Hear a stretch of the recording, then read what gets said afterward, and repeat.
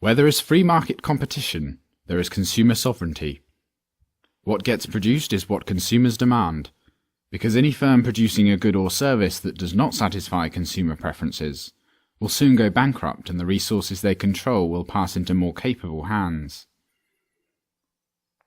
This video will explain the mechanism by which consumer preferences for law and justice are reflected in the policies and decisions made by arbitrators and protection agencies.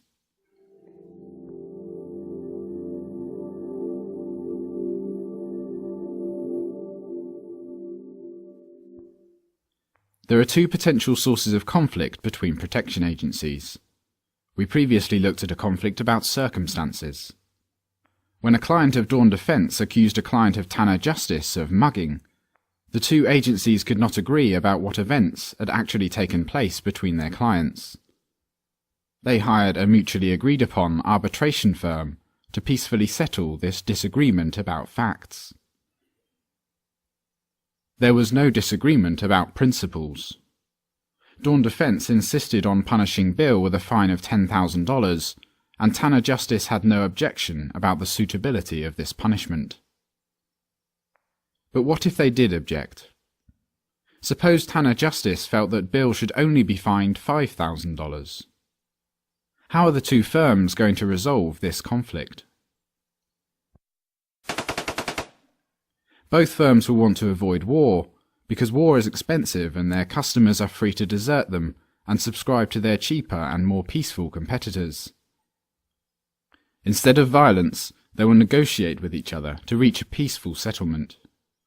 Whether they settle on $5,000 or $10,000, or compromise at something in between, will depend on their respective bargaining power.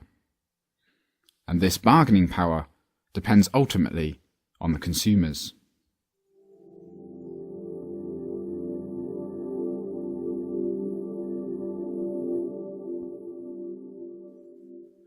To illustrate how consumers influence bargaining power, take a more extreme example, a disagreement about the suitable punishment for murder. Bill, a customer of Tanner Justice, murdered Alice, a customer of Dawn Defense, and, possibly after hiring a third party, neither side disputes the facts. The disagreement is that Dawn Defense is in favour of the death penalty for murderers, while Tanner Justice is opposed. Would it be life or death for Bill? It seems as though one protection agency is going to lose out here. Dawn Defense has advertised itself as pro-capital punishment. It has promised its customers that it will seek the death penalty against anyone guilty of murder. They could potentially lose lots of customers if Bill, the murderer of Alice, their customer, escapes with his life. Tanner Justice is anti-capital punishment. It has promised its customers that it will seek to protect them, even when they are judged guilty of murder, against anyone who threatens them with the death penalty. If they can't prevent Bill being killed by Dawn Defense, they could potentially lose lots of customers as well.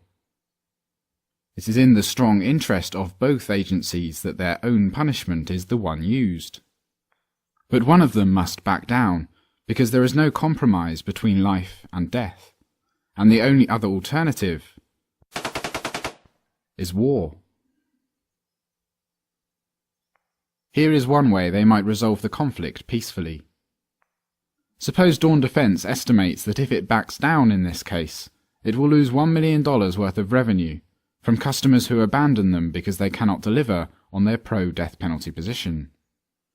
This means they'll be willing to pay up to $1 million to ensure that Bill gets the death penalty, so that they hold on to these customers. Tanner Justice similarly estimates how many customers they would lose by backing down. They estimate it will lose them $500,000 in revenue, so they will be willing to pay up to $500,000 to prevent Bill getting killed. So the two sides come to an agreement. Dawn Defense offers to pay $800,000 to Tanner Justice if they will stand down in this case and allow them to kill Bill. This deal is worth $200,000 to Dawn Defense. Tanner Justice accepts the offer because, if their estimates are correct, they gain $300,000 from the deal. As with any voluntary trade, both parties benefit from this agreement. As a result, Tanner Justice stand down from defending Bill, and he is executed. Consumers benefit too because, as a whole, they are willing to pay $1 million to see Bill killed, but only willing to pay $500,000 to see him escape with life.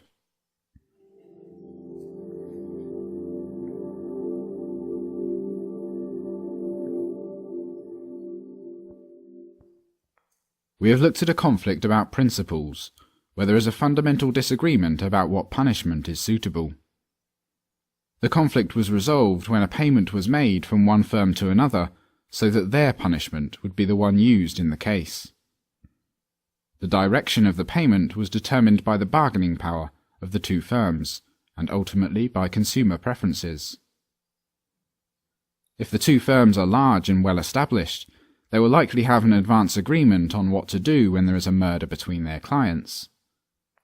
It may be that Dawn Defense makes annual payments to Tanner Justice, so that capital punishment is used in every case.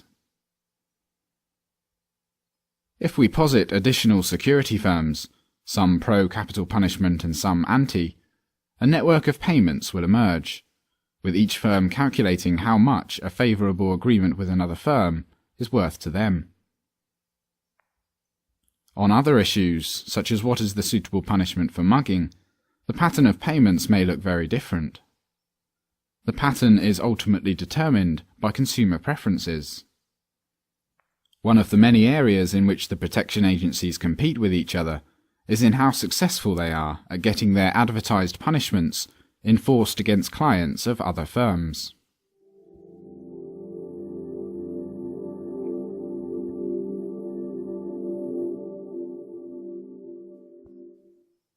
As we would expect, where there is a free market in law, there is consumer sovereignty.